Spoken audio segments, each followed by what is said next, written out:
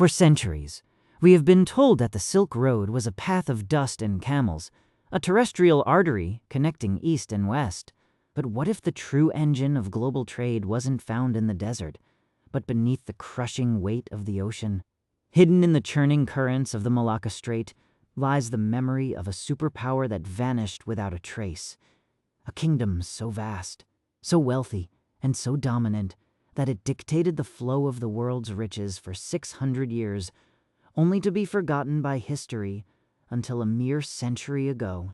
Imagine an empire that didn't rely on vast land borders, but on the absolute mastery of the waves.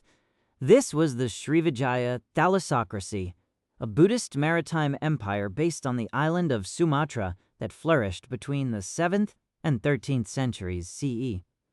Unlike the empires of Europe or China, Srivijaya was a creature of the sea, a network of ports and naval strength that turned the ocean into its private highway. They were the gatekeepers of the world, commanding the very veins of global commerce. It is a staggering thought that an empire of this magnitude could remain a ghost in the annals of history for so long. Despite its dominance lasting over a millennium, the name Srivijaya was only identified and brought to light in 1918. Before that, this massive geopolitical force was nothing more than a shadow, a whisper in the margins of ancient texts. How does a civilization that once held the world's economy in its hands simply slip through the cracks of the human memory? To find the truth, we must look through the eyes of those who saw them from afar. For much of history, the existence of this empire was recorded not by its own people, but by the chroniclers of the Tang and Song dynasties in China. These ancient records referred to the kingdom as Shi Li. These Chinese chronicles provide the first breadcrumbs, describing a powerful, wealthy entity that served as a vital link in the burgeoning global trade network, long before the modern era of exploration. Srivijaya was far more than a mere collection of ports. It was a beacon of spiritual and intellectual light. As a major hub for Buddhist scholarship, it maintained profound links with the Buddhist Pala dynasty of Bengal. This wasn't just a place of trade, but a center of pilgrimage and learning where monks from across Asia converged. They were a bridge between the great Islamic caliphates to the west and the imperial dynasties of the east, weaving a complex web of religious and political influence. But where was the heart of this empire? Modern scholarship points toward Palembang, a location on the island of Sumatra, as the likely former capital. Through the careful study of inscriptions, recovered artifacts, and foreign records, archaeologists have begun to piece together the geography of this lost world. Palembang sits at a strategic nexus, a place where the river meets the sea, perfectly positioned to control the flow of goods passing through the archipelago. To reconstruct a civilization that left no massive stone pyramids, we must look to the ocean floor. The evidence is not found in monuments, but in the wreckage of the past.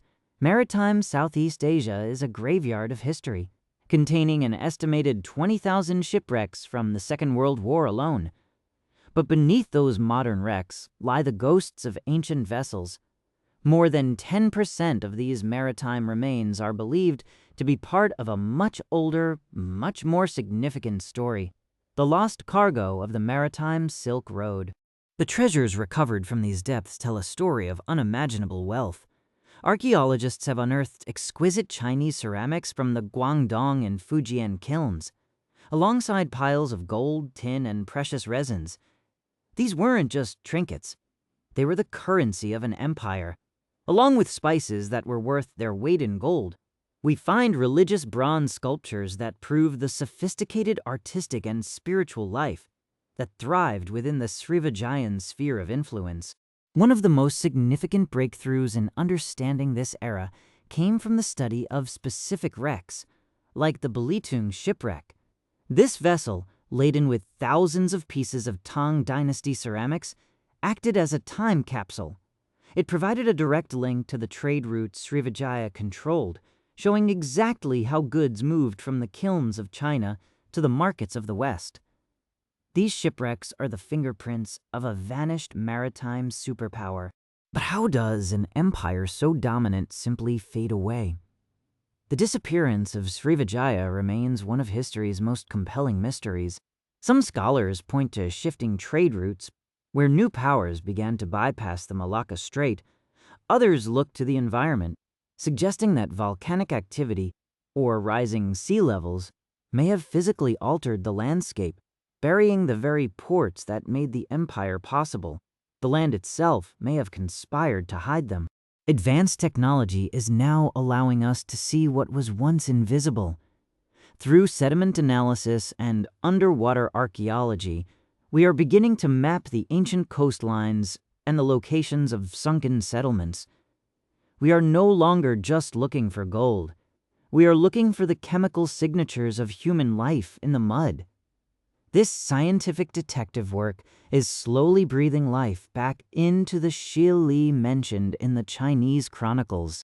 As we peel back the layers of time, the image of Srivijaya changes. It is no longer just a footnote in a textbook, but a vibrant, complex, and deeply interconnected civilization. They were the masters of the monsoon winds, the architects of a maritime network that predated the great European voyages by centuries.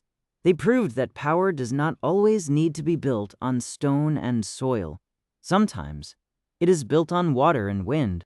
The story of Srivijaya is a reminder that history is never truly settled.